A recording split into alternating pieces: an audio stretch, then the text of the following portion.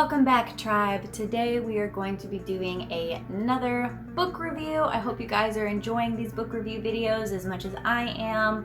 I think I'm starting to slow down on my reading a little bit. I think I jumped back into reading so hardcore and so fast that now I'm starting to taper out just a little bit, but I am reading enough to continue with the book review videos.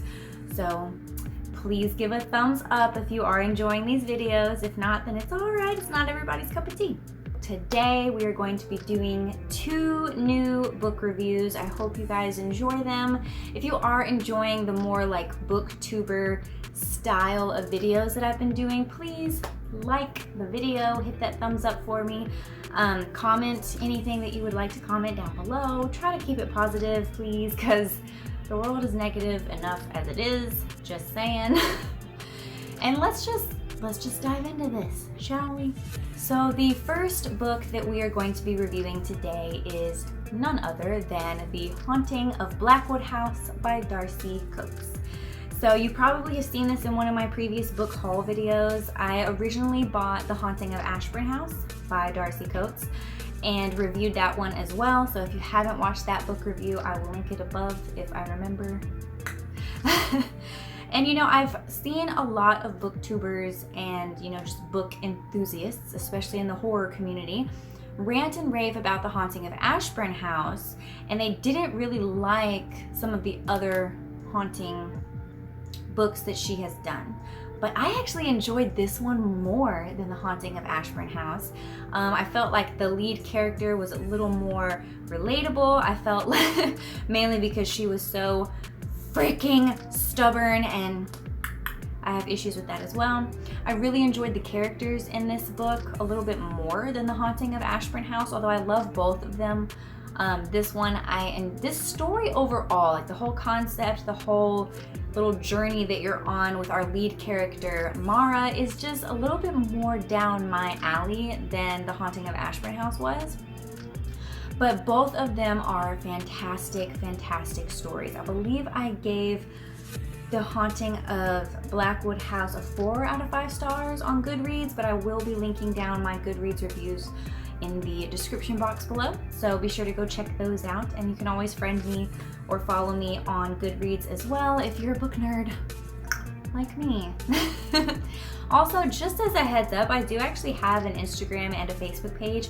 I'm never really on my Facebook page, but I've been hella busy on my Instagram, so I will be linking that down below too if you guys just feel like following me or want to follow back. I got you. But anyway, back to the book, right? So let me just read you the brief synopsis on the back, and then I will talk to you a little more about how I feel. I'm not going to do any spoilers, so no worries about that. So the back of the book says, as the daughter of spiritualists, Mara's childhood was filled with seances and scam mediums. Now she's ready to start over with her fiancé, Neil, far away from the superstitions she's learned to loathe. But her past isn't willing to let her go so easily, and neither is Blackwood House. When Mara and Neil purchased the derelict property, they were warned that ever since the murder of its original owner, things have changed. Strange shadows stalk the halls, doors creak open by themselves, voices whisper in the night, and watchful eyes follow her every move. But Mara's convinced she can't possibly be in danger, because ghosts aren't real, are they? There's a little blurb on the back. So as you know, I'm absolutely in love with the entire physical appearance of Darcy Coates' books. But anyway, besides that simple fact, because look at it, it's gorgeous, just saying. This story was actually very compelling, especially for me. There is, a lot of family history that Mara kind of uncovers as she goes about her own journey.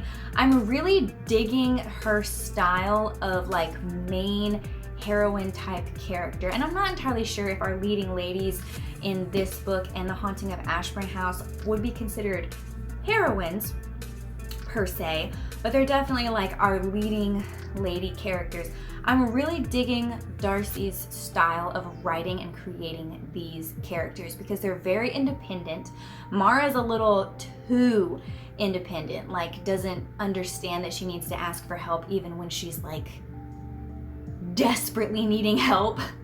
So that's almost like a little bit on the toxic side, but honestly, I can kind of relate to that because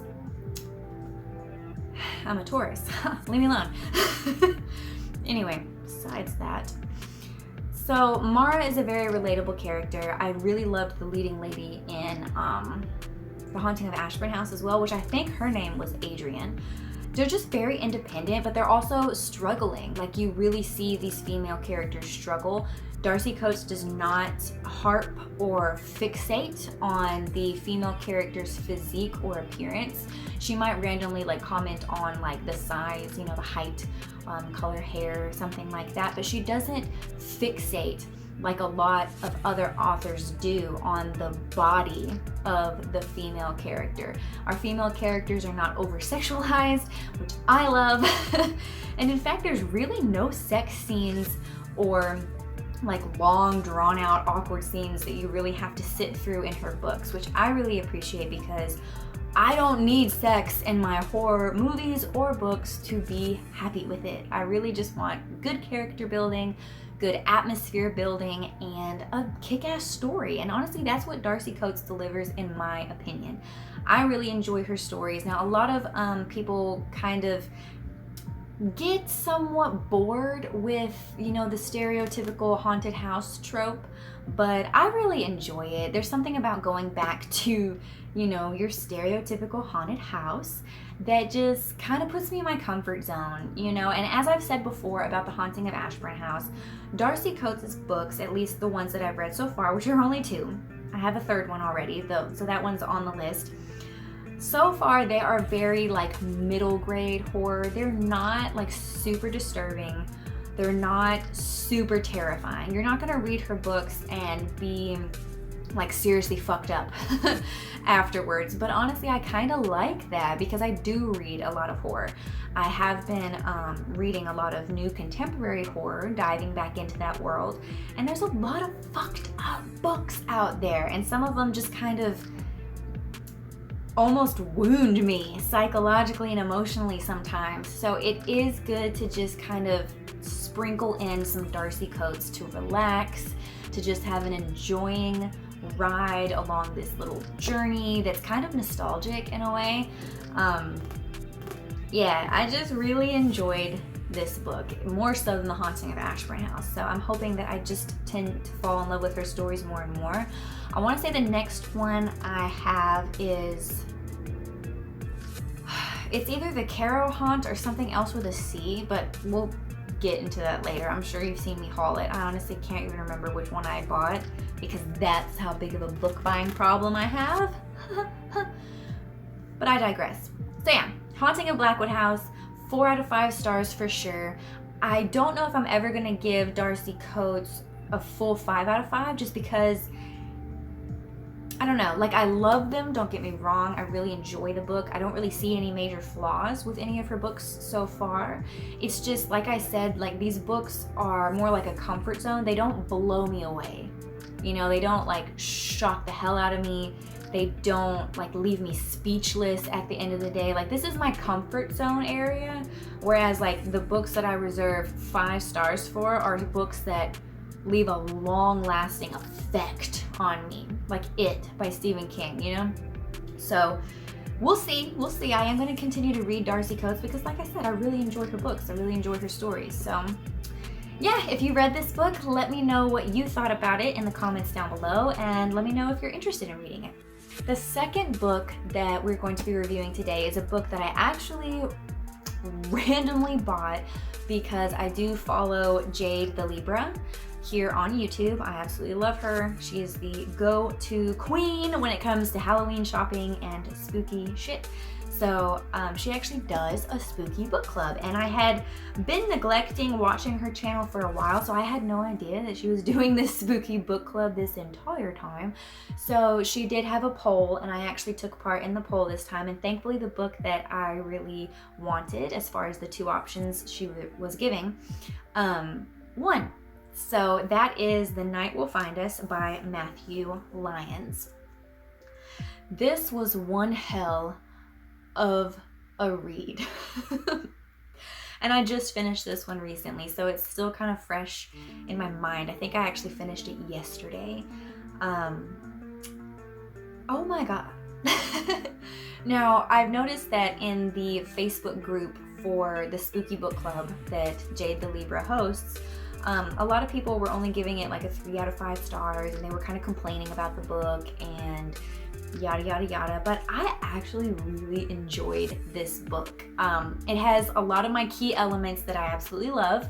We have our isolation horror, we have our creature feature element, and they actually throw in some almost Lovecraftian cosmic horror themes, but they weren't quite realized in the book, and we'll get into that more in just a second. So I actually gave this book, I believe, a 4 out of 5 star rating. I mean, honestly, I may have given it a 3 initially, just because the ending really shook me to my core, and I wasn't really expecting the ending. I mean, I was, but I wasn't. So it was just, I don't know, I felt kind of lost after I finished this book. Excuse me if I'm sniffling a lot, by the way. My allergies are kicking my ass lately, and I don't know why. But anyway, let's read the synopsis together, and then I will talk to you a little bit more about my thoughts. And again, no spoilers, so no worries. It says, school's out for summer, and that means one thing to Parker, Chloe, and their 4 friends. A well-deserved camping trip in the Pine Barrens, a million-acre forest deep in the heart of New Jersey. But when old grudges erupt, an argument escalates into the unthinkable, leaving one of them dead and the killer missing. As darkness descends and those left alive try to determine a course of action, the forest around them begins to change. In the morning, more of the group has vanished, and the path that led them into the woods is gone, as if consumed by the forest itself. Lost and hungry, the remaining friends set out to find help, only to realize that the forest seems to have other plans. A darker, ancient horror lies dead and dreaming in a lake in the center of the woods, and it's calling to them. Meanwhile, deep in the trees, the killer is still at large, and one of the group's own has started to transform and warp into something other, something inhuman, something that wants to feast. Banding together to survive, the friends soon begin to understand the true nature of the horror waiting for them in the Pine Barrens, and that not all of them will make it out alive. So, this book is very confusing at times. Like, don't get me wrong, I really enjoyed it. I enjoyed the plot, I enjoyed some of the characters, although I will say I didn't quite get very attached to any of the characters. There were a couple of spots where it does bounce around from perspective to perspective. Pretty much our 2 leading characters are the 2 cousins, Parker and Chloe. They have a very good relationship, like they're very close, but at the same time, Parker is on a very scary downward spiral, and Chloe, oh my gosh, she goes through hell and back in this book. Now, I will say for sure that Chloe survives, so I mean, if that's a spoiler, sorry. But she is kind of like our leading lady character pretty much throughout the story. So I enjoyed her character, but I didn't feel very attached to it. Like, even if she had died by the end of it, it wouldn't have really made a difference to me. But, it is what it is. But no, I enjoy this story. It's just there's a lot of things that go unanswered. There's a lot of questions that go unanswered in this book. They start several different little plot twists that never really come full circle, if that makes sense. And there's definitely a lot of pieces to this book that would make more sense if it was longer, if there was more detail about what the hell is going on in the Pine Barrens. And I don't know if the author left it kind of open to possibly do a series or a sequel, or if the author just wanted to leave a lot of these things very vague so that the reader can kind of like create the origin story, I guess, of the creature in the lake.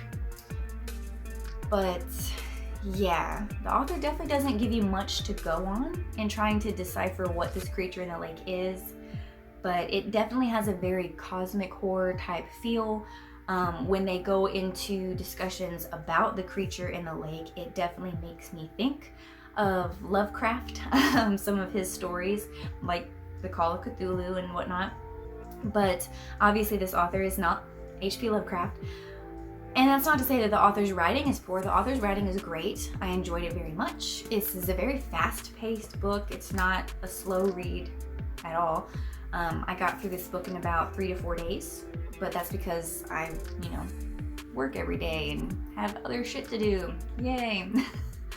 But yeah, if you have an afternoon to devote to a book, you could easily power through this. But I don't know, I'm kind of mixed on this book. I really enjoyed it. I do think it was worth reading. But at the same time, I don't know if I'm gonna pick it up again anytime soon. And it's definitely not one that I think is going to stick with me for the long term. But like I said, if you are into isolation horror or creature features or cosmic horror or anything like that, then I think you really will enjoy this book. So I am encouraging you to read it if that's your thing, like it is for me. But yeah, it's definitely not going to be a book for everyone, just because there is a lot of confusion in the story. And there's a lot of things that just go unanswered. And it does linger in your head for a little while after you read it, because it's I wonder what the point of all of this was.